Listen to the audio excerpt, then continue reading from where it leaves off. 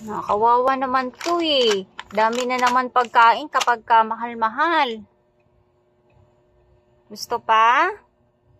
Ha? Gusto pa? Anong gustong flavor? Ha? Anong gusto niyan? Kawawa naman to. Walang energy. Ay, sus, kawawa naman to eh. Walang energy pag walang temptations eh. Ginawa ng pagkain in the streets lang. Wait lang.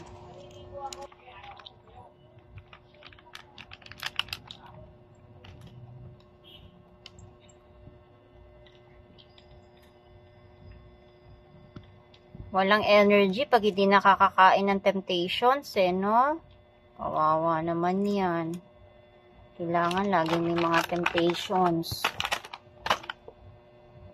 Pag walang temptations, matamlay ang pusa, nagmumukmok, aping-up,